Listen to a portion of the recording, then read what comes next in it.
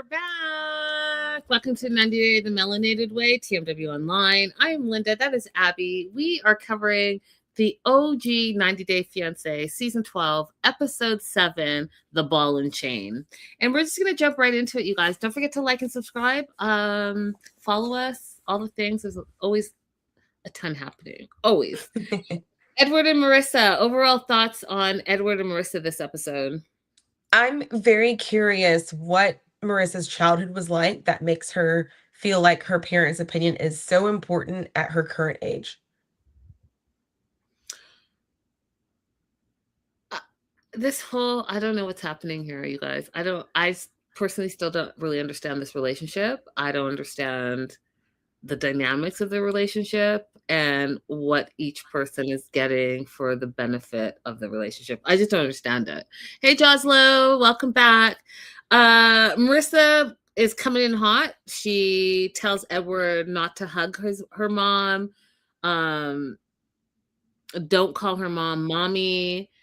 And this is not the first time that he met her parents, because they came to the DR one time, but I guess there was not a lot of one-on-one interaction. And he's worried because he also, like her ex-husband, feels like the parents can make you feel like you're nothing. And Edward's like, but I'm not intimidated because he feels like he's smart and he's a good person, so that should be enough.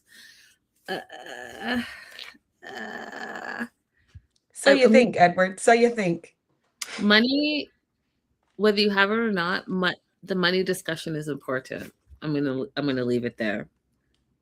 So it's Joanne and Bob, which are her parents. They arrive, and Marissa's super nervous because Edward's not the type of guy they would have chosen for her. And I'm curious to know what type they would have chosen, because this is not going to be her first marriage, right? They didn't like Michael, and Michael didn't feel worthy, and he's like an American, blue-blooded.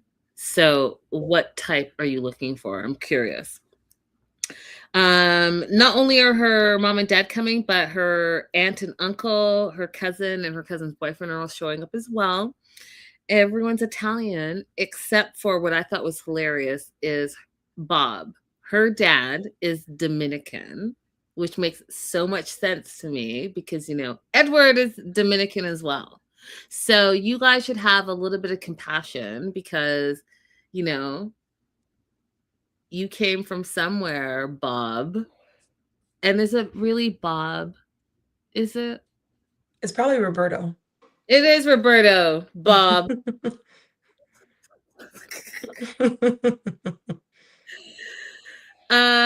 So Joanne wants to know all about Edward's background, and he says, it was just the three of us, my siblings and my mom. I don't know my dad. And Joanne says, this relationship is not going to be smooth. The world is not smooth. It's not going to be smooth sailing. I worry because I don't know you. And talk is cheap, so we'll just have to see what you're made of. And you could tell right off the bat that the mom's not on board. She's not on board of whatever's going on here. She's not for it. She's being not even super civil. She's being very direct and acting like, okay, we'll see what happens. But, if it doesn't work out, oh, well, like that's the vibe she's giving. And one of the things that I thought was interesting, Abby, and I don't know if it's just me, and you guys watching, you let me know as well, but is it just me, or does Joanne, who's the mom, look younger than Marissa, who's the daughter? I've seen a lot of people comment that I'm not good at knowing how old people are from looking at them. So for me, when I look at them, all I see is, oh, they've both had a decent amount of plastic surgery, but it doesn't translate into a particular age to me. It's just like, oh, they both have plastic faces. Oh, what do you guys think? If you're watching the replay of the live chat, let me know, because my note says the mom looks younger than her daughter. That's my note. Anyways, I'd love to know what you guys think, but that's what I saw. Marissa's family is questioning if Edward is good enough. And Edward is saying that just because they're rich, just because they have money and they have, status and class, that shouldn't be a thing. But I'm going to tell you that if you don't have the discussions, that absolutely is a thing. Let's be real in the real world right now. Yeah, I also don't think that he has any experience with WASP families. Do you know what that means? Is that the term that you guys use? Yes. That's a completely different ballpark from just Yes. dealing with a wealthy family. They're a waspy family. Yes. Yes and yes. Johnson said, I agree, Linda. That's what I thought too. Tina says, yeah, she does look older than her mom. Uh, Becca, hey Becca. Becca says someone else said they give Tori Spelling and her mom vibes, and LOL. But Oh it, my gosh. I haven't thought about Tori Spelling in years, but yes. Because even when she was on 90210, I think we're around the same age, she always looked older. who Tori Spelling? Yes, Tori Yeah, Spelling has looked older than whole our life. age her entire life. Yeah, agreed. Agreed. But again, I don't know. I think maybe no, I don't know. I'm not going to go into it. Well, maybe I will. I just think Marissa, maybe you need to change your makeup. You have dry skin, and the makeup that you have on your face is caking on your skin. Mhm, mhm. It's not giving you the dewy look that you probably want. And your mom has a more of a dewy look, and that's why she looks younger than you. Just Yes. change your makeup, girl. Skin skincare detour, you guys, because Linda has fantastic skincare. I love skincare. You'll find this out on our IG pages. But when I was younger, I fought my oily skin because I just thought that it looked bad. It is your best asset. I just Okay? said that the other day, Abby. Hmm. I just said that I literally just was talking to my nurse and I said the exact same thing. Go ahead, continue on. Yeah, it is. I mean, moisturize, moisturize. I would not moisturize my face when I was younger because I had oily skin. That is the wrong thing to do. Keep moisturizing. It is your friend. You cannot overhydrate. You need to get you some moisture spritz, some hyaluronic acid, and a nice thick moisturizer to wear at night, every night. Okay? Listen, listen, Abby, listen. I have the oiliest skin, but I'll tell you guys, you see this glow? This is all just oil. But it also is why I look so young. And I'm not mad at it. As a child, I hated it. I was like, I want to have dry skin like my friends. And now look.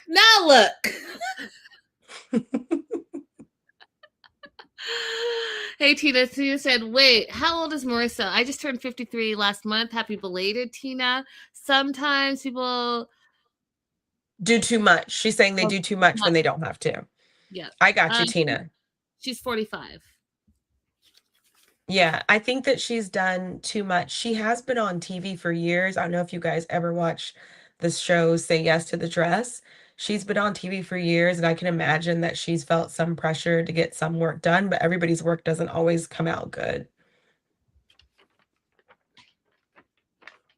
Get you some moisturizer and get you better makeup.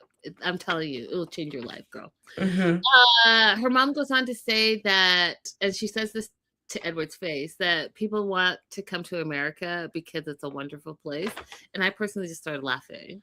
And I'm not gonna really like totally get into it. And I understand what y'all are saying. Like some people, yes. Do they want to come and get a green card and pursue the American dream? Absolutely. But the last few years have taught us in the world that maybe the grass is not greener on the other side. And maybe uh you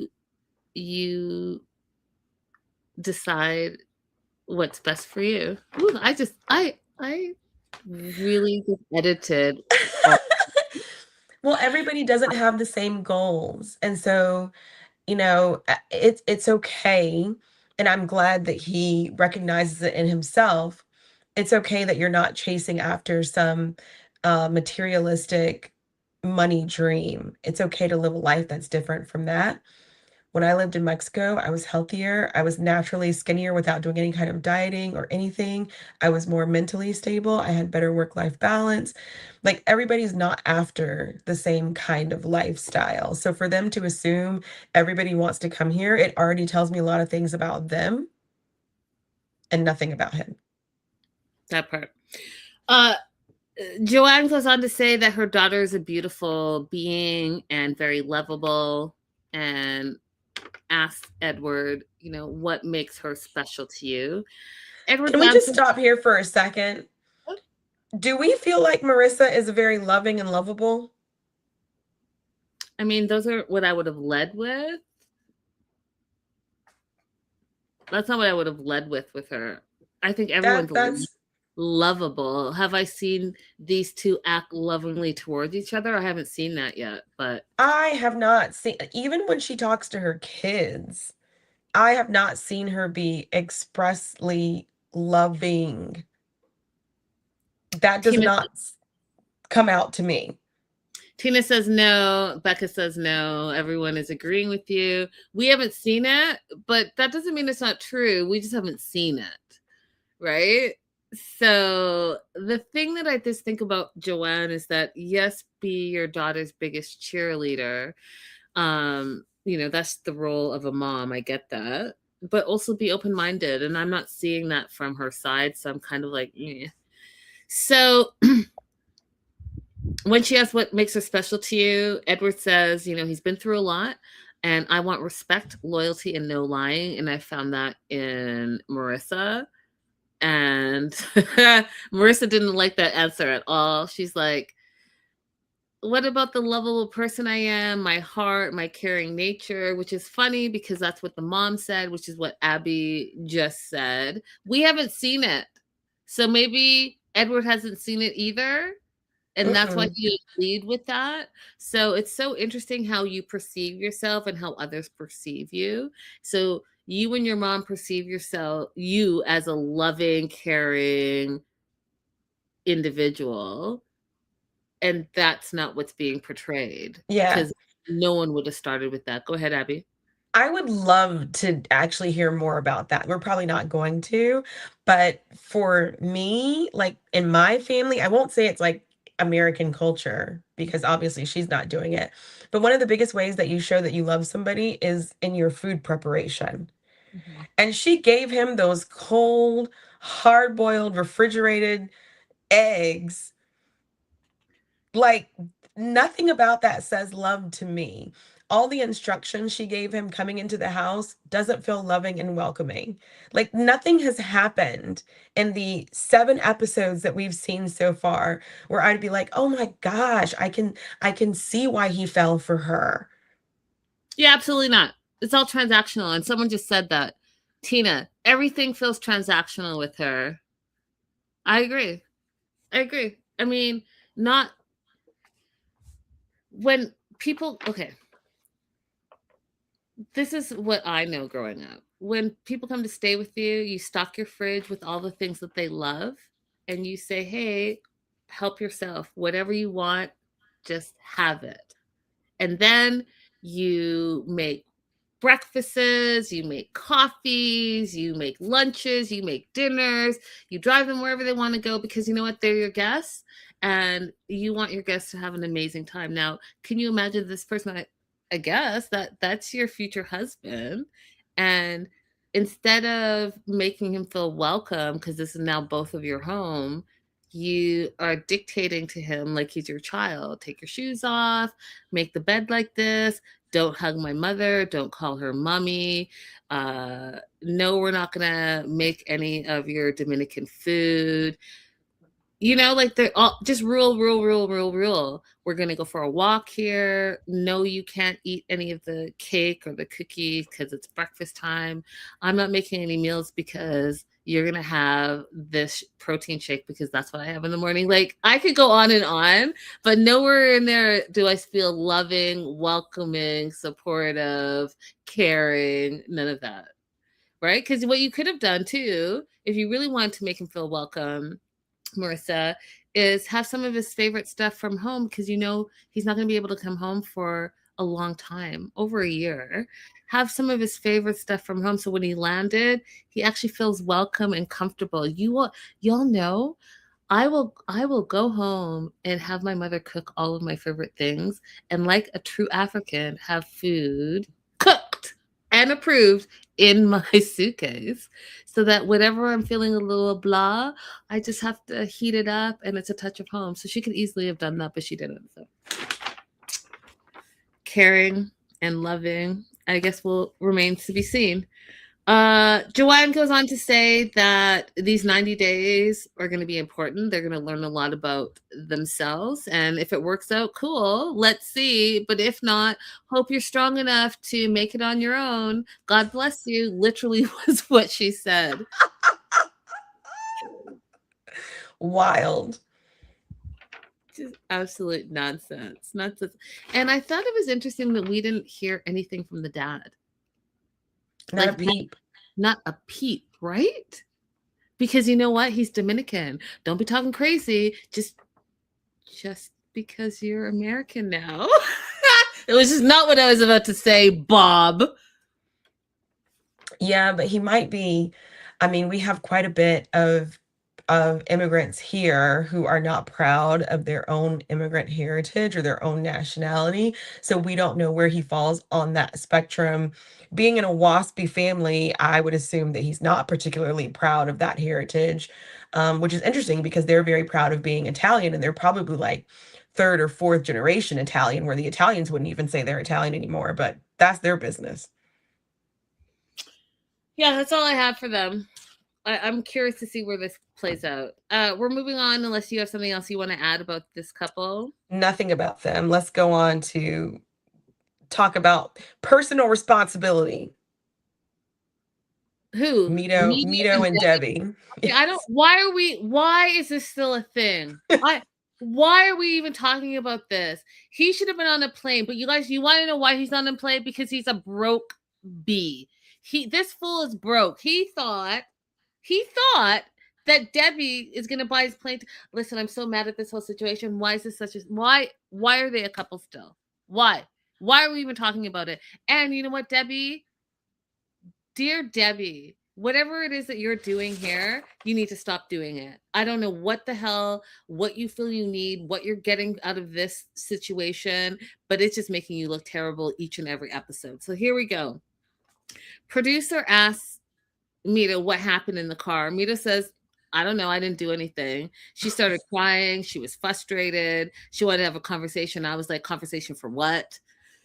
Um, Right. Astra and Laura speak to camera. They're shocked how everything went south super fast. And they continue to say that you don't treat women in the US like this.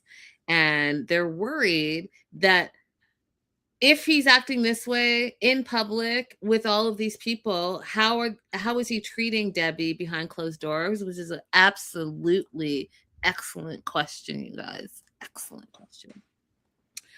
And they just feel like it doesn't look good and that Debbie doesn't deserve this. And agreed, Debbie, you don't deserve this. And again, what is he bringing to the table? Because I'm not even seeing any love at all, period. You're his agent. You're his videographer. You're his photographer. And you're supposed to be his biggest fan in his mind. That's all you are to him. And also, you are his bankroll. So explain to me what the hell's going on here. I need to see a little something. And if you guys know in the live chat, if you guys know in the replay, someone explain what the hell's going on here. Because why am I wasting? I have 2 pages of notes. Why am I wasting it? This should be go home, goodbye. So moving on. Mito plans to quote unquote go home to his country as he's looking for an Uber. And I know broke behavior because you know how long it took him to find an Uber, and it doesn't take long to get an Uber. It only takes long to get an Uber if you don't have money and maybe it's surging and you're waiting and you're all the things, because he looked at that Uber app way too long or whatever rideshare app he took to get home. Okay. So then the producers go to Debbie and they ask her the same question. What happened? Debbie tells the producer it's a bad day. She blames herself and says that she had a mini meltdown. And instead of compassion, she got, what do you have to be crying for? I said to her, first of all, why are you blaming yourself? You had a meltdown. You literally said, can we have a conversation? That's not a meltdown. You got angry when he said, what do you want to have a conversation about? So that was my first red flag for Debbie. So now you're going to blame yourself and you're going to minimize how this man was talking and behaving. And let's all not forget he's 41 years old. He's not 20 or 30. He's 41, which is closer to 50 than it is to 30. So Mm-hmm. grown up with no grown up behavior. So stop it, Debbie. Stop it. So then um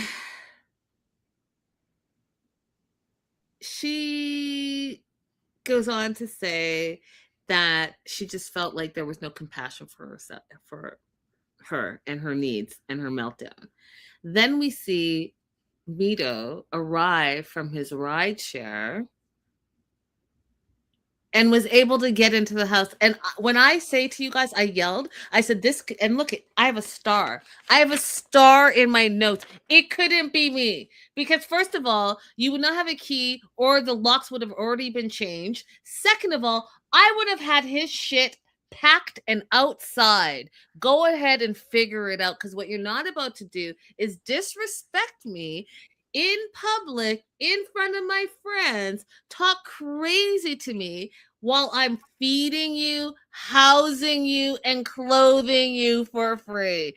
Go ahead Mm-hmm. and wrap that shit up and figure it out. You keep saying that you're going to go home. You keep warning that if I'm not in line with all your shit, that you're going to go home. Go ahead and go home. Here you go. Couldn't be me, Abby. Could not be me. Yeah. This is I mean, all I can say is, Debbie, you got to be responsible for what happens from here on out.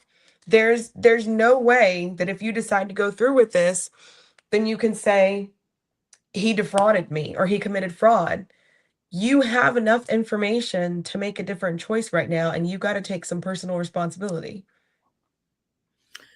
In a box to the left. In a box to the left. To the left, to the And left. don't let the door hit you where the good Lord split you. Listen, you guys, I don't get it. I just don't get it. So here, and then here's the thing. This is where I was like, what's happening with this couple?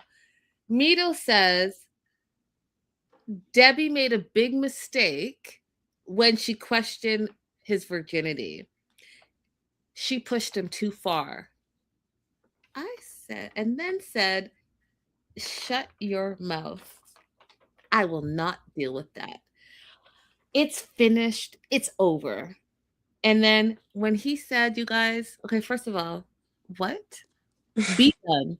Be done. But you're saying all that while you're wrapped up in a comfy, cozy bathrobe that I know that you didn't pay for, in the bed that you didn't pay for, with the lights on that you don't pay for. So, what are you saying exactly?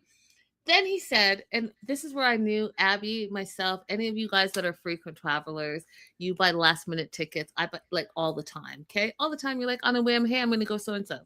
When he said that he was checking flights and you couldn't find a flight to Egypt. You couldn't find a flight. No, you know what my note said? Do you know what my note said, Abby? You couldn't afford a You flight to couldn't Egypt. find, there were no free flights. Because that's not how it works. You broke bum. You couldn't find a flight. You should have said, I couldn't find a free flight. I'm waiting Mm-hmm. for Debbie to buy me a flight.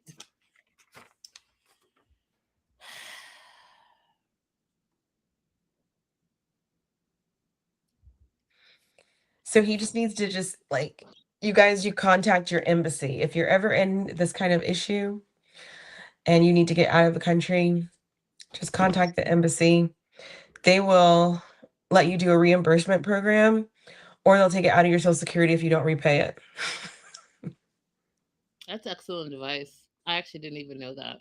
Yeah, I don't know if everybody's embassy does it, but I feel like the Egyptian embassy would help people repatriate, and the US embassy will do it too. Like, I met somebody who was trying to figure out why he wasn't getting his Social Security immediately, and when I looked into it, I was like, "Oh, like, the State Department is, like, taking your Social Security for something?" And then he was like, "Oh, yeah, I got sick a couple of years ago when I was traveling, and they paid for my, like, flight back to the US and medical treatment and stuff."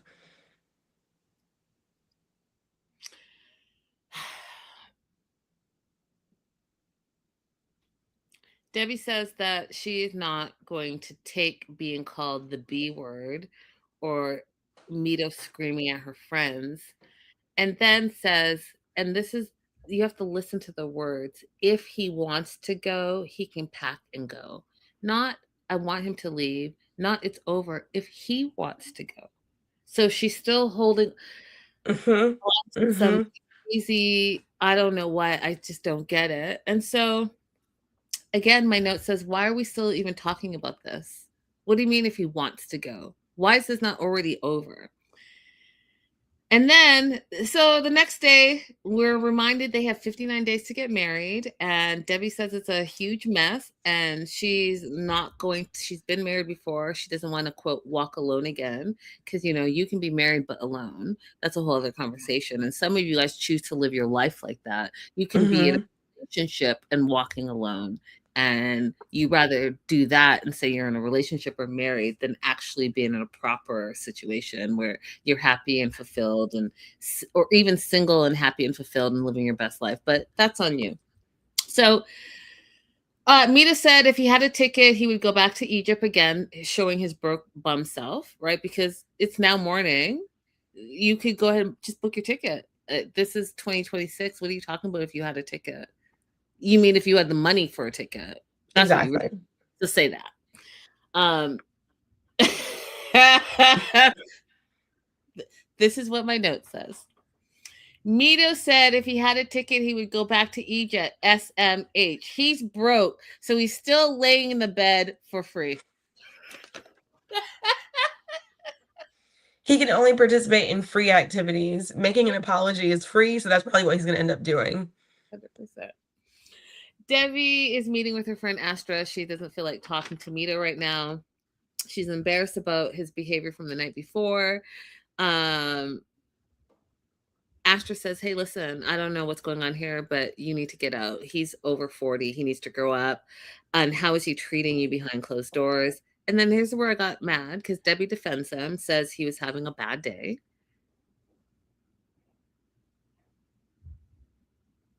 Yeah, that's it.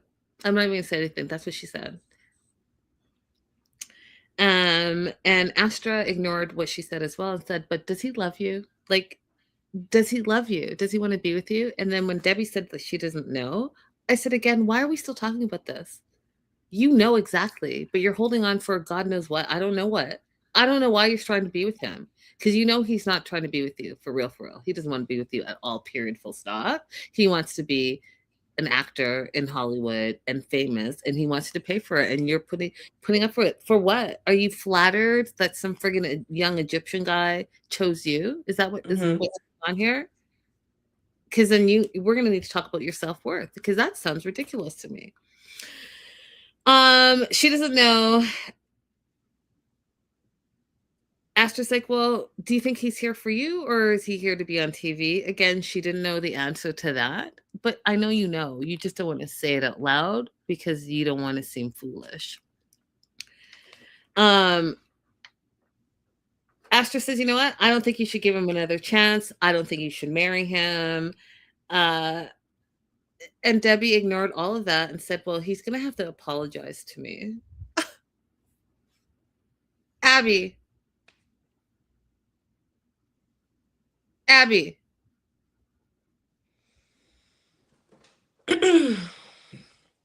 Debbie's a bird. Hey, Kyle. Um, Olivia said he probably wanted production to buy him a ticket with his puppy dog eyes. Facts. And Josla said, Astor said all the right things. What does Debbie get out of it? You guys, we've been trying to figure it out. Like we know that some people just really want love so badly, but in this case, he's not even like blowing smoke up her butt. Like he's not even pretending. So what is it that she's clinging to? We don't really understand because in other cases, at least we could say, oh, the person is like they show them affection sometimes or they get them gifts sometimes. Like in other cases we see the straws they're grasping at, but in this case I do not understand. He showed up without telling her he was getting on the plane. He refuses to do any chores. They are not having any kind of intimacy. He wouldn't help move. He doesn't entertain her friends. He doesn't entertain her. They don't have a social media presence together. It's like, I do not get what she's getting out of this. And I'm not saying that facetiously.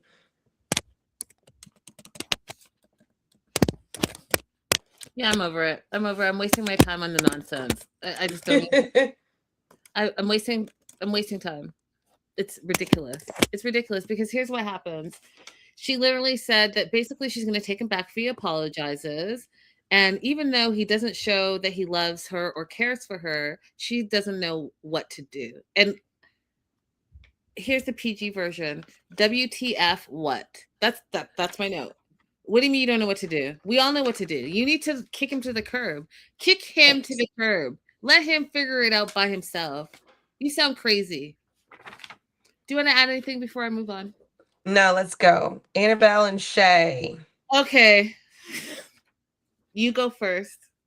Okay, you guys. Is anybody worried about STDs? Ew. Anybody? Ew. Ew. Ew. Does anybody care about their health? I don't understand what's going on here either. And I'm just going to say for the record, I feel like this about almost all the couples. I just don't understand what's going on. I understand that Abby has explained to us that Shay in Middle America is a prize. Okay. But I don't see it. And I don't even feel like he treats himself like he is a prize. Like, what's happening right now? Because I feel like I'm in a warped reality, and I know I'm watching a reality show, but can we be real right now? I want Annabelle to go home, but she's not gonna. Oh, Tina, thank you so much for the super chat. We'll always engage. We love all of y'all. Thank you for being a part of our community. Appreciate you. Okay, so listen, Shay. Okay, Annabelle comes home from her girls' mani-pedi day, and apparently she feels better. She talked to Angie and Allison, the daughter, and allegedly she feels better, which I just don't believe it, but that's what she says. She feels like she heard the truth and she believes them, but she still feels like there's one problem, which is his ex-wife that he was married to for 2 minutes, Nicole. So she forgives him, literally says, I forgive you. And he says, I love you. But from this point forward, you need to be on your best behavior now. Because I gave up, you know how many times I heard this in this episode? I gave up everything for you to come to America. And those things are all true. And the immigrant who emigrates to the country does have a right to say that, because I think some of y'all don't realize how hard it is to leave everything that you've ever known. And I know you guys don't know because some of you have not left the 4-foot radius that you grew up in. Some of you have never left. You have never left it. And I know it because I hear you guys tell me it all the time. Oh, I live in such and such. And no, I have always lived here. Me and my family have lived here for 40 years. Like, so you haven't been to Vegas? You haven't been to Vegas. Mm-mm. You haven't driven down the street to San Diego. Like, I'm just. So when they say that, I want you to know that that's a valid point. If you haven't left your neighborhood, can you imagine picking up all your stuff, leaving all your friends and family that you've known forever, leaving your security, your country, all the things, to just be with the person that you love. So those are valid points. Do you want to say something, Abby, before I go on with Shay the prize? No, let's go ahead. So Shay the prize is being forgiven by Annabelle, and I just don't understand it. Um, she tells him to be on his best behavior, and if he does it again, she's gonna leave. He wants to go and live the same life that he's been living all this time before she got there. So, what is it? It's probably Monday Night Football.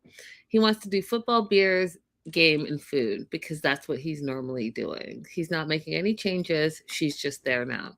But she says, no, we're not doing that. We're going to stay home and we're going to have some herbal tea and we're going to do yoga. Now, the rest is just nonsense. Okay, sorry. Let me not okay. Let me not do that. She makes the tea and says, we need to do this yoga because you gained a lot of weight since the last time you came to the Philippines. And I'm going to tell you why. It's because all he does is drink beer every single day and party. That's why.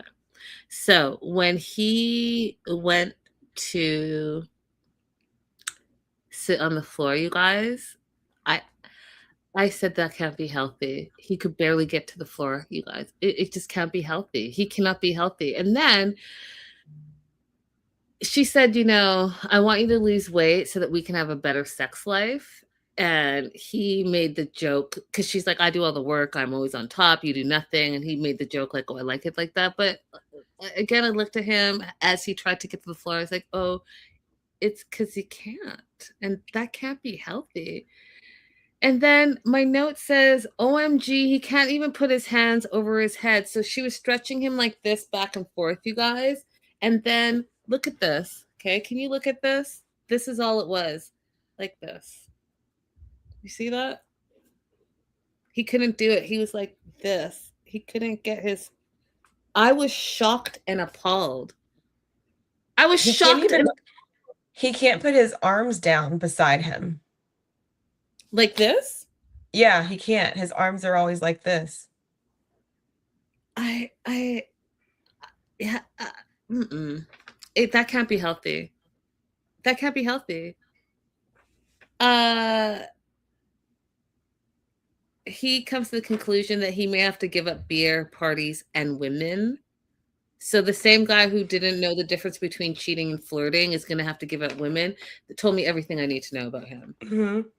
I just don't know how he's the prize, period, full stop. And I'm not impressed with this little relationship going on here, right here. You need to focus on your health, friend. All those things that we were talking about, the spots and all the things, you are not healthy. And drinking beer every single day, all day, every day, and not doing any type of exercise, and you can't even sit on the floor. I mean, I don't know. I'm worried about your health, friend. Yeah, I want to see him try to get in a frog pose. Girl. Do you want to add anything else before I move on to problematic Katie and Josh? Let's go, Katie and Josh. Again, my question is why? Why am I watching this? She literally said that she was not ready, Josh. She said she didn't want this. She didn't want you to come over and she didn't want to get married. She literally told you that when you were complaining about how you had to pay for the immigration process. So I'm not sure what part you didn't hear. And then you continue to put up with the disrespect because, listen, when someone doesn't want something, they're going to not do what you want. They're going to do what they want because they don't want to do what you want them to do. And so her blatantly disrespecting you and is her literally self-sabotaging so that Mm-hmm, mm-hmm. walk away, but you continue to not walk away. Instead, you want to shame her. Now, does she have a drinking problem? Absolutely. She absolutely is an alcoholic. However, she already told you that this is not what she wants. I don't know why we're pushing it. I don't know why we're Okay. here. Here we are. So he has a desk and a chair now. So they've been spending time setting up the house. It's out of her comfort zone. She doesn't like doing it. And she realizes that she doesn't like living with people, she said literally to his face, because she is also telling you that she doesn't want to get married to you. So they are dealing with the lack of furniture versus a lack of patience. That's what they think the issues are. No, the issue is she's telling you that this is multiple times this is not what she wants, but you guys are forging ahead. Both of you are forging ahead. I don't know why, Abby, but they are. She also feels like they don't communicate well. Well, you don't, because you both don't listen to each other. You both say it as it is. You're kissing and making out with people and drinking all day and saying this is what you want to do, the party life. He's saying I don't want you to have the party life. He's saying I want to get married and settle down, but yet none of you are coming to common grounds, but yet you still stay in it. I don't understand it. Um she's like, yeah, I don't understand why you're making this big deal. You know, I spent a year in London, and here is the only point that I agree with. He said, you holidaying or vacationing for a year is different than actually emigrating to another country. It's completely different, Elias. Because guess what? You can put your stuff in storage and be gone, but that's it. You still are part of that country, and you can go back anytime. When you're actually moving, there are so many steps to leaving a country and emigrating to a new country. Money wise, banking wise, credit wise, home wise, education wise, work wise, visa. Like I can go on. So it's not the same. Your little holiday for the year romping around the world is not the same as someone literally moving countries. Abby, you want to add something before I move on here? Yeah, I felt the same way. I felt like her saying that was also a indication of the fact that she did not want to proceed in this relationship. And this is where personal responsibility comes in for me with Josh. When she said, I told you I wasn't ready, his response was, well, you agreed. And then he plowed on with, getting furniture and stuff. When this doesn't work out, Josh, it's your fault. You got to take some responsibility. She has told you directly and indirectly she does not want to get married. You are hurting yourself at this point to plow forward. Yep. It's her birthday. I thought it was interesting that Josh didn't actually know how old she was turning. She was turning 27. He thought she was turning 28. So they're going to the bar for her birthday. And we find out that this guy that she hooked up with, Ryan, is in town. So she invited him. And she met Ryan at a run club in Chicago. They went to Berlin together to do the Berlin Run Club. And then they spent 2 weeks going through Europe together. And she said that she had fun with him. And here's the thing, Katie, and I said this in the beginning and you guys didn't believe me, but listen. Katie talks about how she quote unquote makes out with people. And Katie's making out can be that, but it can also be more than that. But she calls everything making out. And that's why when she was like worried that she was, for the streets, and I said she's absolutely for the streets. And then we found out that she was. So I don't know if I believe her when she's saying that she only quote unquote made out with Ryan. Is it made out, or is it made out? Because you interchange those words to sometimes mean sex and sometimes not. So what is it, Katie? Yeah, I wouldn't be confident that she would remember. Nope. So she had fun with them, made out a few times. Josh was there, so she literally cheated on Josh to his face 2 out of the 4 times that she quote unquote made out with Ryan. But it's a secret, allegedly. So she thinks that Josh doesn't know. And that's why she's been like a little bit pissy towards him these last few days, which is terrible, right? You're blaming him for the secret and things that you've done instead of just being open and honest and putting it out on him as if he's done something wrong too. It's very weird. It's very like manipulative. So she sits down and tells him that she has something to tell him. He thinks like, are you pregnant? And she's like, yes, no, which that would have been a nightmare. And it's not even something to joke about. This right here is not even stable. And then you're going to bring a poor innocent child into this. Ew, no. Terrible. Absolutely not. So she's like, I invited someone that you don't get along with and you don't like to my birthday, Ryan. And Josh is like, well, that's going to be awkward. And she's like, yeah, I just got excited and didn't think it through. And I was mad that they didn't have a conversation about that is the premise of their whole relationship. Like they just do whatever and don't think it through and then don't talk it through. um, Josh's perspective is Ryan and Katie met in Germany. They kissed, and Katie went on to travel with him for 2 weeks while Josh went home. I don't see how you all didn't talk about that and how you thought that that is going to end well, knowing how Katie is. Right. Katie told him that they didn't sleep together, and I think this wording is very interesting. He is choosing to take her at her word. Mm-hmm. He's choosing to remain blind to all the different ways she has rejected him and disrespected him because for whatever personal reasons he wants to plow forward with this marriage and immigration process. 100%. I don't get it. Again, I don't get it. So she's at the party. One of the things I noticed is that all of her friends are male, which says a lot Hmm. because I'll tell you, all You of her got to friends. be a bird. You got to be a big, big yellow bird for all of your friends to be men.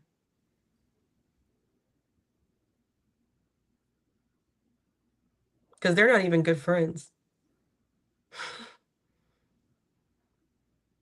Listen, they all have effed her, and they're hoping that that happens again because they know that she's a train wreck when she's drunk. So they want to be around for that opportunity. That's it. Full stop.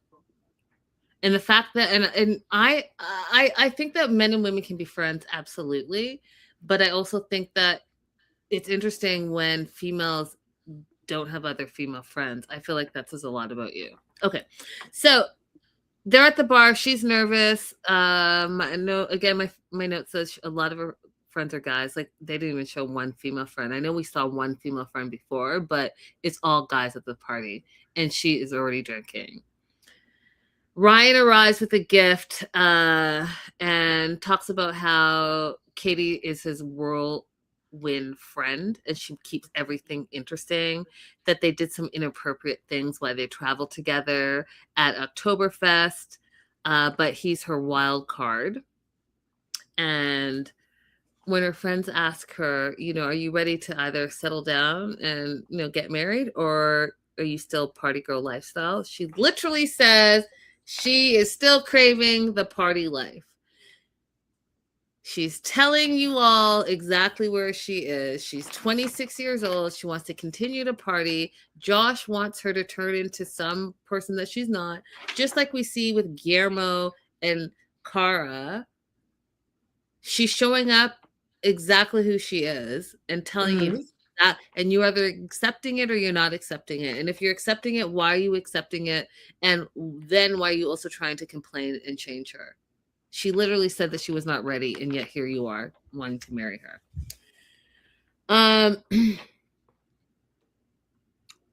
Katie brings Josh and Ryan outside to have a conversation, and this pissed me off because you brought them outside and then you just stood there and started drinking. And then Josh says to Ryan, "Why are you here?" What do you mean, why are you here? He's here because this fool invited him. She invited him, so he came. What are you talking about? Why are you here? Then Ryan says, I've had many conversations with Katie about what she really wants with her life. And also, there's a reason this keeps happening. And I was like, no truer words. She literally said, I don't want to marry you. I'm not ready. And yet here you are. She starts kissing everyone and sleeping with everyone in front of your face and tells you that she doesn't even like living with someone, meaning she doesn't like living with you. How many times can she tell you that this is not what she wants? And yet here you are complaining. What are you adding, Abby? Nothing but disbelief. Let's go. She said nothing but disbelief. Oh, God. Yeah, of course. Tina, I did some crazy stuff back in the, well, not the late 80s, but the 90s, but I never went on a makeout spree. You know why? You know why? I was concerned about STDs. Oh, Lord Jesus. Okay, Thomas and Paula.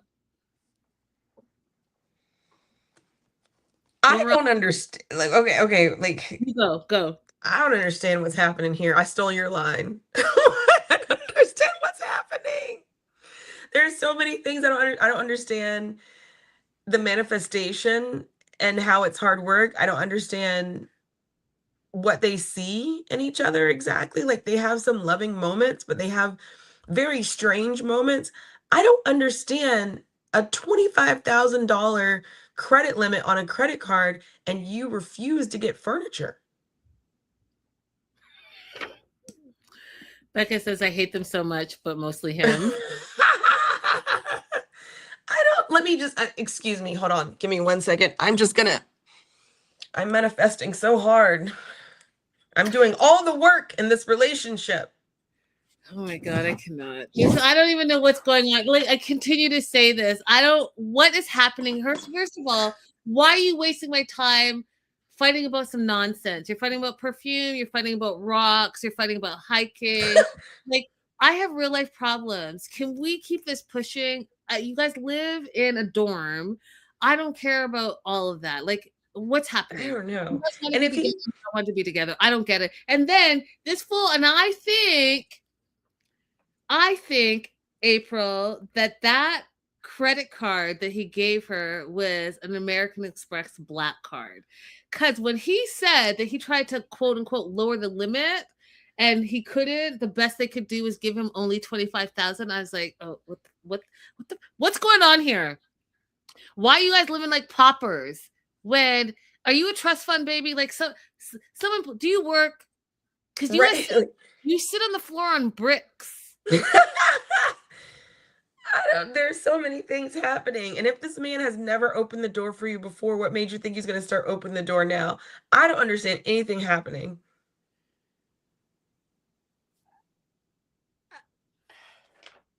I feel like I summed it up. They're going on a hike. Like Abby said, she wants him to be a gentleman and open the door for me. This fool doesn't even open the door for himself. Like, what are you even talking about? Like, why are we here now? You've been together for how long? Why is he all of a sudden going to open the door? You guys sit on the floor and you accept it. So, like, what? There's still perfume gate. And she thinks it's a control issue. I also think it's a control issue. He is in the car complaining that he doesn't feel well, his nose is running, his sinuses are itchy, etc., blah, blah, blah, baby, baby, baby. And he uses all the buzzwords, which also drives me crazy. He's fighting to progress with the day. Full, if you have such allergies, isn't there like Flonase or friggin' whatever the allergy stuff is? Pop some of that stuff and stop crying. If Right. you There's have no way allergies, his allergies are that bad and he's existing in the world. I mean, even if they are bad, take something for it and stop being Right. a baby. Exactly. That's so like let's just talk about masculinity for a minute. Like what is masculinity in today's world? Being able to find a parking spot without whining about it and taking medication when you need it. That's it. Hey, Subu. Hey, girlhead. Yeah, I don't get it. I don't get it. And I'm not here for any of it. So, also, you have all these allergies, but then you're going to go outside and go hiking in the forest. When every allergen is out there. Yeah, I don't believe him. I don't believe him either. Then they go outside, and then he. This is manipulation as far as I'm concerned. So he's complaining in the car. They start to get outside, and then he says, "Sorry for all the stuff in the car. I love you. But it's hard for me to be myself when I feel this bad. Oh, baby, baby. Where, where, where? Call the ambulance. I'm such a baby. I can't handle it. Oh my God, this stop it. This is ew, all of it. And so They both decide that they need to find some type of middle ground, and I agree because, like, why are you guys together? They get back to the house. He's doing some weird yoga stretch on the wall. He needs attention because he's a big baby. So he's like, kiss me.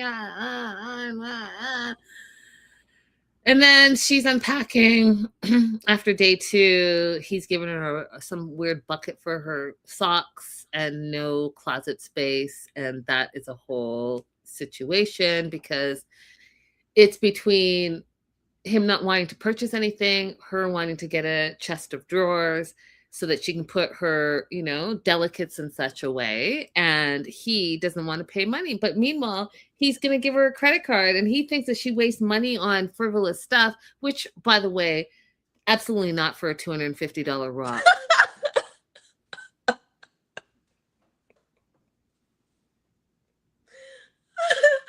That she says is an instrument that will give a return through manifestation. I'm an equal opportunity laugh at people's belief systems. I just want you to know that in case you're new to watching us here. No, I think foolish is foolish. I don't give a shit. This is you did what? And then you packed it and you have to weigh your bags. Okay.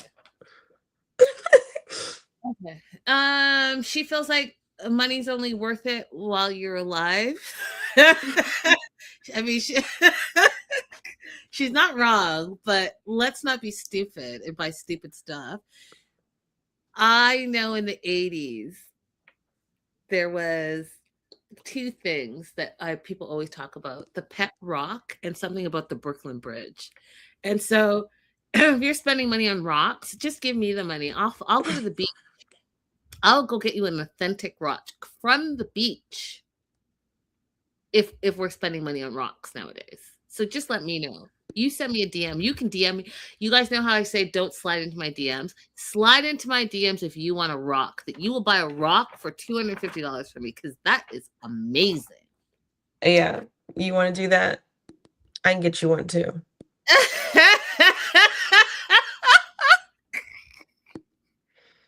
I'm on it. I'll have a whole ceremony with it before I send it to you too. I will do that for you. So he gives her a credit card, and again, you guys, the whole limit. I don't know what this fool does, but he's living like a pauper. But I mean, if he had to beg to lower a limit, it can only be like something Amex Black, as far as I'm concerned. And then to end it, Paula literally said that when she's in Brazil and she needs something, money just flows from nowhere. And I need to know where that flow from nowhere river is so that when that happens to me, I can just be like, hey, I don't know, but it's just going to flow from somewhere. I need to know where that is. Where's the flow from nowhere river? Please, someone tell me. I've met people like her in real life before, by the way. They literally think that just like holding an object and repeating money over and over and over again makes the money come to them. And they'll do it for like hours out of the day. Oh. Yeah, I got nothing on it. I got nothing. I just not even no. Do whatever works for you, works for you. That's cool. Do I have anything else before I move on to Receipt and Mallory? Ooh, let's go. Receipt and Mallory. Overall thoughts? I don't like the way that she keeps categorizing this as a cultural issue. It is not a cultural issue, in my opinion. It is a Mallory and Receipt issue. It's an individual issue that comes up about how we hold friendships. It's not American culture to have male friends. That is a you issue. Mm-hmm. What is this? Tina said, I gave my neighbor a rock I found in my yard to her for her little son who liked rocks. She went on eBay and told me it was worth $100. I won't be giving any rocks away anymore. Oh, you found a gem in your yard and thought it was a rock. Am I missing? Well, I mean, gems are a kind of rock. I'm sorry. Am I missing a rock culture? Are rocks a thing? Because I'll go to the beach, you guys. Please, someone tell me. I mean, the gem ones do. Yeah. You're finding $100 rocks? Oh Lord, I'm out of it, clearly.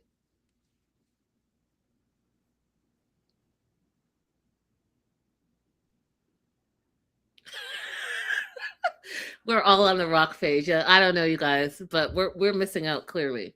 Okay. I don't have a lot for them. He let the dog sleep in the bed, which we already knew was going to happen at some point. So be up in arms if you must. Mallory said that the night before, Rizzi got white girl wasted, and then there was some weird thing that he said that no one explained. He just said a bunch of string of words, and the words were toilet, hot, butthole, cry, and pain. I thought that meant something totally different. And yes, maybe my mind was in the gutter, but that, like, those words don't even form a sentence. And no one's going to explain it to us, but you're going to force me to listen to it? Like, what? I thought he was saying that he was gonna eat something really spicy, and it was gonna come out the other end in the toilet later on and burn that exit hole. But how did you get that from being white girl wasted? Like, Not I love, from getting white girl wasted, but from the part where Mallory says like, "Oh, we're gonna eat that breakfast you like," or something she said like that. well, maybe, okay, okay, okay. That's good translation, Abby. I was like, what are we saying here? It's so stupid. Um, Apparently he had fun last night, which is not what I saw in the previous episode. I didn't see him having any type of fun, but apparently he had a lot of fun. But he still doesn't want her to be friends with her ex Brandon, and talked a lot about Brandon, saying that Brandon didn't listen to him, that he's a very angry guy, and he told me to get the F off my truck, and all of the things that, had he known the etiquette about tailgating, then he probably wouldn't feel that way. And then you came super aggressive to him, and he responded in that same aggression. So, do you want to share that part? And like, why wasn't Mallory there to like? I don't like, Abby, how Mallory's kind of just sitting on the fence with this, because the issue is bigger than what she's making out to be. And she's making it out like it's a Brandon Resit issue, when really Mhm, it's her and her husband, or husband to be, haven't talked about what being married looks like for the both of them. She mhm. had told him that she doesn't want to have kids. She goes on to say that she, quote, doesn't think that she can completely cut Brandon out of her life, and he's going to be around because her best friend is married to his best friend, which is just a cop out to say that you don't want to deal with what your future husband is trying to make you do. So why don't you two talk about what friendships and marriage and your relationship looks like before you actually get married? Like, why are we avoiding the conversations that you have to have? I don't get it. And then says, like Abby said, well, I don't understand. He's having a problem with my American culture. Maybe he should have married a Turkish woman. No, it's not about the culture. It's about you not wanting to talk to your future husband about the real issues. Right. Because what she should just say is, I'm going to be friends with him. I don't want you to approach him about it. So, what is your response in that? Is your response, okay, I'm fine with it? Is your response, okay, our relationship is over, but I'm not going to keep going back and forth about it. So this is what I want. I'm not negotiating about it. What is your response to that? What is your action that you are taking in response to that? Are you staying or are you going? That's it. But I'm not going to constantly return to this, what you want, what I want. We're not going to keep returning to this. Yeah. And last and certainly something, Aisha and Maxwell. And it's Hmm. Aisha because he calls her Asia. And so then, you know how I've been phonetically writing out her name because I don't know what it is. Is it Aisha? I mean, we've been calling her Aisha, but He it calls her is Aisha. spelled Aisha. So, I mean, I haven't heard her say her own name. Me neither. So, he said Aisha. His family is saying Aisha. So, maybe that's what she likes to be called. Their segment is really interesting to me because um there's a I've noticed that whenever I see people get married who are from, um, West Africa, that the person they're marrying is in, like, a battle between the requirements of the person they're marrying and the requirements of the family they're marrying into, and those things don't always match, and so it creates this really difficult place for an American to fit into, whereas I think it's, more understood by people who are from that area. Do you know what I'm talking about? 100%. I mean, I had this conversation with my mom recently. There are a lot of pressures and a lot of expectations, a lot of cultural things in West Africa that you have to abide by in your family. It's just, you just have to, period, full stop. And so I could see how it could be hard for any non-West African that is marrying into that. There was a lot, there's a lot of expectations. Mhm. And I shouldn't even just say West African.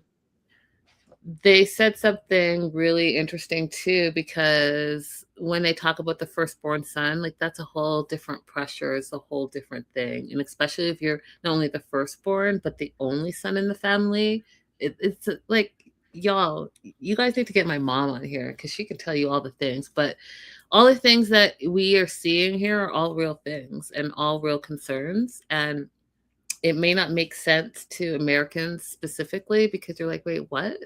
Like, why would the mom say, like, how many kids? And oh no, we want 4. It's a thing. It's a thing. There are And it certain expectations from the children in the family. and I think for the American, it's hard because what is the consequence? You know what I mean? Like, if I do something that my parents don't like, they don't like it, and we either still gonna like, we still see each other, or they don't like it and we don't see each other. That's it. And There's it's no, like blame Abby because that is just not even a choice in African families. Like, first of all, what? Like, what are you saying? Like, it's your parents' way, it's the African way, and that's it. Like, I feel stressed. Look, and I'm even stuck. I don't know what you're talking about. I just don't even know what you're talking about. Like, that's just crazy. That's crazy talk to me, and I'm grown, so you can. It's just different. Okay, I'm gonna run through this real quick. Okay. Um, so Maxwell, and first of all, his name is not Maxwell, and that's just outrageous. Like, just if we're gonna be on a show and it's gonna be about, immigration and 90-day fiancés and all of that, just like tell us your real name. Okay, so like my Ghanaian name is Afia, which means born on Friday. I was called Linda because my mom wanted to make it easier for everyone to say my name, as well as, for me to fit in Canada. It also has a meaning behind it. When my parents first moved to Canada, my mom was learning English, and she was learning English by watching Wonder Woman and Linda Carter. Carter. Thank you, because I was going to say something else, but Wonder Woman, that's who my mom learned English from, by watching that show every day. And so when she finally had a kid, she named me after the woman that taught her English, and that's a true story. Okay, so yeah, Maxwell. They hadn't seen each other in 8 months. They are off to see his parents, and he wants her to cover up her body because it's all conservative. And I promise you guys, that's a whole thing. I still deal with that with my mom. Like, it's a whole thing. Conservative Christian values, 100% African ways. So she's gonna put on a sweater as a sign of respect, and she is struggling because he wants her to look sexy, but then she's like, well, sexy, but then I want to be comfortable, then I want to be cute, but then you want me to be conservative. So like, what is it that you want? She's trying to figure it out. And those are all valid questions to have, right? Because he wants her to be sexy on the one hand, but then he says only for me. But then only for me, does that mean when we're outside together on date night? Like, what does that mean? Or does that only mean at the house? Like, you're going to need to elaborate so that she understands what your boundaries are, and then she can say what she's comfortable and what her boundaries are, right? Because at the end of the Mhm. day, she's still grown, and she's not part of that culture per se, but she wants to be respectful. But you guys both have to come to an agreement that you both feel comfortable with, as far as I'm concerned. They arrive at the parents. They've actually rented an apartment so that all the families can stay together and spend time together and figure out, you know, are they getting married? What are they doing? Get to know each other. The dad, Clemente, he got this cola thing, and I actually don't know it. It's not something that I'm familiar with, but it's a welcome snack, and it's supposed to give you life in abundance. And here's the thing. I personally think, in etiquette wise, if you don't like something, just don't like it and don't finish it, but don't announce that you don't like it, or don't say, oh, this is so spicy, oh, this tastes weird, or why do I have to do this? Like, that's just so disrespectful. You don't have to like everything. You First of all, trying something new, that's great, and that should be the experience. And now you don't like it, keep that shit to yourself. It's just Mm. really disrespectful. Just ask a question, you guys. If you feel like caught off guard, just be like, "Oh, what's the name of the spice that's on here that's new to me?" Like just act, because like I know there. Okay, Linda, here's the problem. We just blurt stuff out. That is a cultural issue. That is a cultural flaw. So like Rude. replace your blurt with a question. And actually, okay, and the question is fine, but I would prefer just for you guys to just keep it to yourself. Talk amongst yourself after. Because even asking the question, we know, oh, what spice is on this? Is like, we know then you're saying, what? You don't like the spice? Like, why are you asking a Oh, is question? it? Oh Like, my yeah, gosh, we I'm gotta. not yesterday. Like, what? Okay, I can see that too. But we have to do something, because this is one of those situations where, even though I'm not like the most patriotic person, the American spirit will rise up in me and need to react. Okay, but react to yourself. Why can't you react to yourself? I Why does it have I'm to be telling you, you? I don't think I would be able to. Even if it's something that I like, I do that. I had this delicious soup in Uzbekistan, and the moment it slid down my gullet, I said, "Ooh, what spice is that?" Why can't you keep it to I yourself, don't though? know. Okay, well, that's that, I guess that's what my question is. Why can't y'all keep it to yourself? Why does it have to be blurted out for everyone? Share amongst yourself later. I don't know. You tell me, but this is just a lot. Um, Maria, the mom, is not impressed by this whole situation. She says love is blind, and uh, when it's blind, you behave like a fool. And she feels like that's what's going on right now, and I died of laughter. That's real talk. His sister Blaze and Mercy are coming by. They're all going to have a big family dinner. Blaze arrives the first time that her and Aisha are meeting face to face. I didn't like the fact that she was talking crazy about the sister to her future husband. Because you know what? You're going to choose your family each and every time.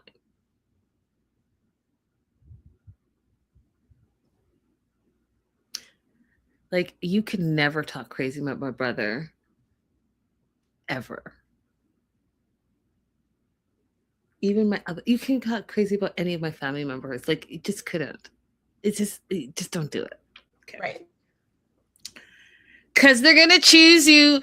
They're going to choose each other over you each and every time. And guess what? They're going to revert to their native language and talk crazy about you all the time. And then you're going to have a terrible marriage because you couldn't keep your stupid mouth shut and you talked about the family. Don't do it. Mm-hmm. All right. So Blaze explains what I just got told you guys. Maxwell is the first son. They value the first son, and they really are going to quiz you and make sure you are all the things that the family is expecting in a spouse. They protect that first son at all costs. I cannot explain it to you. I will say this: first sons can do no wrong. Even when they're wrong, they can do no wrong. First sons, the mom, get to know the mom, get to know, be on the good side, because that first son is going to be the apple, the core, the leader, the king, the god, all the things, all the time, for the whole entire their whole life. Their whole life, you guys. You are marrying the African mom as well. That's how it goes. Period. Full stop. So get to know the mom and get on their good side. So everything that the sister is saying, the first son, anything to take away from the family, they will fight you. They will fight against it. Yes, absolutely all true. Uh in the meantime, Aisha's talking about how she's not worried about any of this because God brought them together and God will make it everything. They sit down for dinner and they were having fufu. Fufu, if you haven't had it, it's a very like soft to the touch. There are bowls that you wash your hands first because you're going to be eating with your hands. Then you're going to dip it in a veggie. Sometimes it's like a spinach stew, whatever. I couldn't see it close enough, so I don't know exactly what they were dipping it in. Then they are taught how to eat it, and you put it in your mouth and you swallow it, and you get the whole amazing, yummy flavor in the back of your throat and then your tummy. It's super delicious. But instead, Juliet, the mom, questions why she can't chew it. Girl, again, keep that to yourself. Go ahead and chew it. No one cares. They're just explaining the culture and the etiquette of how you eat the food. I don't understand why you now have to ask the question that no one wants to hear the answer to because it's a stupid question. Then you go and say, and which is fine if you're right, but that you don't like Nigerian food. It's your first time in Nigeria trying your first food. So maybe you don't like fufu per se, but you don't like all Nigerian food on your first. Okay. Yeah. You guys, the first time I ate fufu, I cut it with a knife. Yes, Olivia, it was, and it's so good. Fufu and agasi. That's exactly probably what it was. Oh my god, I hate y'all. I don't hate y'all. I just think it's funny. And she's asked if she can cook, and she says she can cook enough. I needed them to explore that because that sounds like the cooked eggs. Like, what? And then they have the conversation about children, and Asia is talking about how children are expensive in America, which they are. So she wants to have 2 maximum. Clemente says that's not enough. He prefers 4. And then Aisha says whatever God's plan is. I think that's fair enough. They talk about how women should be submissive in Nigeria, and will she be able to be submissive? And she does this whole walk around, talk around about respect in a relationship. And again, I feel like you should be honest about how you feel. Like, don't do a bait and switch. Don't say you're going to be something and not answer the question, and then don't be that, because that's going to cause issues in your relationship. Abby, I feel like you have something to say. I mean, this was really interesting to me because we met her as a super devout religious person.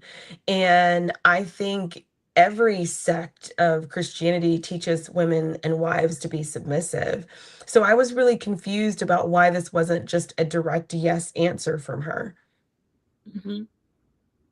I agree with you. Not that I believe in being submissive, but it was just interesting to me that she's saying that she didn't immediately say yes. I agree with you. Considering how much she is like thumping, like right. I was just as surprised as you, and I am a believer, so I was just like, what? Yeah, that was. She kind of just goes wherever, and I think you said it, or someone said it. Maybe it was someone in the live chat, but it's like she doesn't accept the truth. It was you. She doesn't really accept the truth. She just believes what she wants to believe, and then says God says that. And exactly. Yeah. And that's that to her, in my opinion, when she said whatever God wants from us, that wasn't a real answer. That was more of a cop out to get out of the conversation.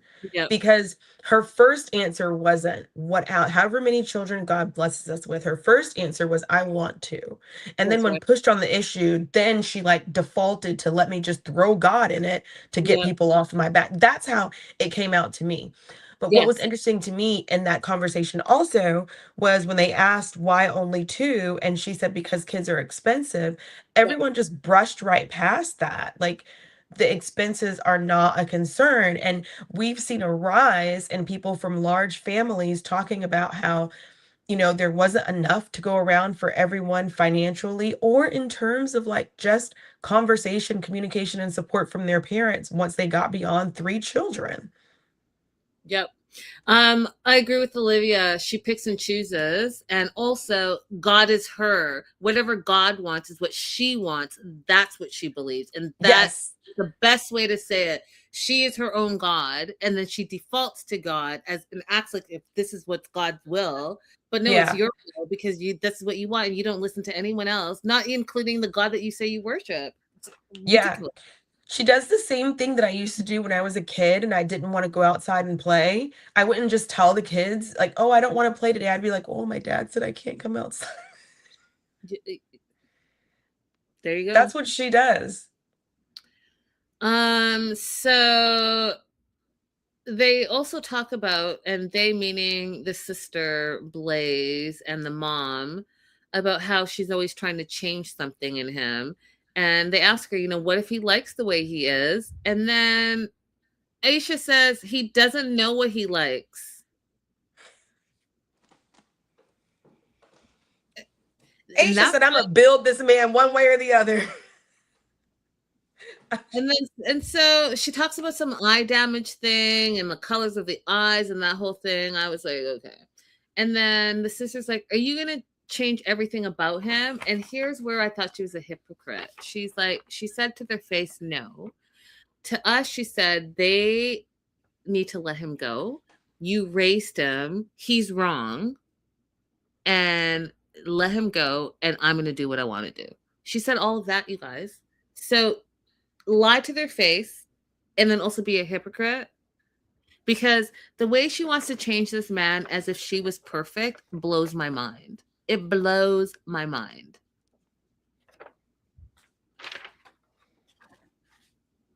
That's This it. is really interesting, though. I want to see this one play out all the way.